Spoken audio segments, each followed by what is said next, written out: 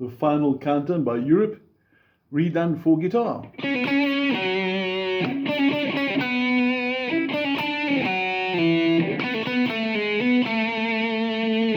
Now, please make sure you've got a copy of the PDF. If you need it, just WhatsApp me or inbox me. I'll happily send it to you. And we're going to start with the top, where it starts off with a 6/4/6. But we're going to zoom in nice and close now and look at different techniques, different opportunities. Because the cool thing about this song, as it's originally done on a keyboard, it leaves a lot of space for interpretation. For example, just that first phrase, we can pick each of the notes, the 6/4/6/4. You can do that. You can do a slide. You can do a hammer-on and pull-off. There's lots of different ways you can do it. So whatever method you decide to do, I'm pretty cool with. I like a bit of the hammer-on pull-off. Something like that. And if I just get a different angle, you can see where I'm hammering on, etc. And you can see the hammer on there. And the pull-off. Pick, pull, hammer. And then onto the fourth string for that. Now the next phrase, which is going to jump up to fret 7 and 6, again I'd hammer on and pull off with a slide. And I'm only picking one note. If you look carefully at my hand that's moving now, he only picked once. And the advantage of that is it gives me maximum legato. Legato means my notes are smooth, they ring as long as possible. Otherwise I get a very almost verging on staccato. Doesn't quite sound the same. Sounds very ta-ta-ta-ta-ta, very hard, where this is much more smoother, much more graceful. So your first two bars, if you want to play with me, 1, 2, 3, 4. Nice and easy. Now the next bar, the third bar, starts off similar, but it jumps down to the 4 on the fourth string, and the 2 in brackets is a result of a slide down from the 4 to the 2. So I'm just going to change the angle so you can see more what my fretting hand is doing. And from the beginning we can see we can hear the hammer-ons and pull-offs, but you can see exactly what fingers I'm using. Notice my fingers are numbered. Please try and use the same finger configuration too. It'll give you the most efficient way of doing it. Okay, so here we go. 1, 2, 3, 4.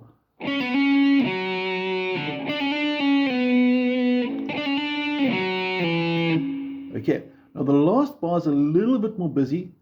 Try and look for repetition. Now in that fourth bar, it's got 4/2, followed by another 4/2, then a 1, and then another 4/2. So suddenly 7 numbers become a lot more easier for me to understand. You got 4/2, 4/2. Let's do hammer-ons and pull-offs. Slide to the 1, then jump back to the 4, and then pull up to that. So slow motion.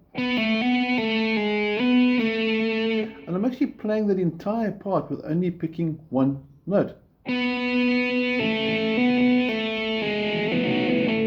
The only hassle with that, if I take my other hand off that's busy waving at you, is that I get string noise. So the purpose of my picking hand is to also help silence it. Now on the picking side, those two fingers over there, the middle and ring, are actually holding onto those two strings. I'm actually holding them, and my thumb, you can see, is actually pushing on my E and A strings to help keep them quiet.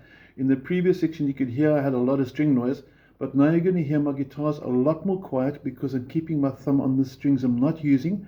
No chance of them vibrating by accident. So the only note you hear is the picked note.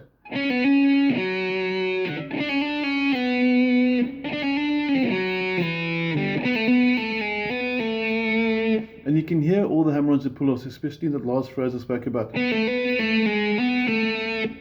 Bit more of a better view. And again, like I said, this hand's keeping it nice and quiet. Now, on the original, you do what I just did now 4 times in a row before it goes to this part.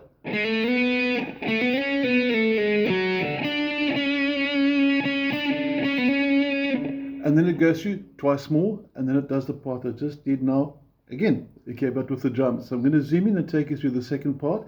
It says end of intro riff on the tab, and then repeat entire sequence with drums, bass, etc. But we just mentioned it anyway, so let's zoom in on the fretting hand. Again, you may pick all the notes. If you want to go I don't mind. I just prefer the more smoother legato, so I would start with a 1, hammer on, slide, much more smoother. That's with a hammer slide. This is with a pick. So preference, I like the hammer slide. And then the second phrase is just quite a long phrase. And that whole section there is only one pick. Until I get the 4 on the 4th string. One more time, bit of a different angle. First and second bar.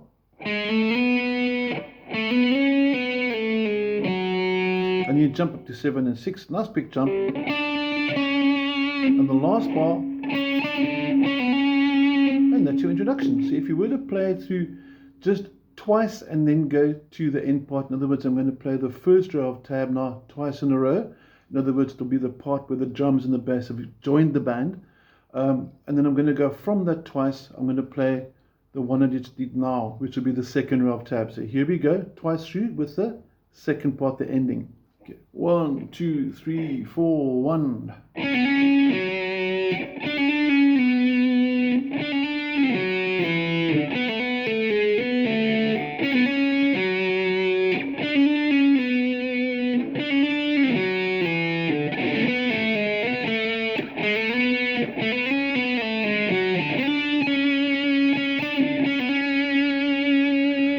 Some pretty cool power chords, but I'm going to do the power chord study, which is this, and I'm also going to explain the gallop section in a separate video. So the purpose of this video is to replace the keyboard introduction for the final countdown.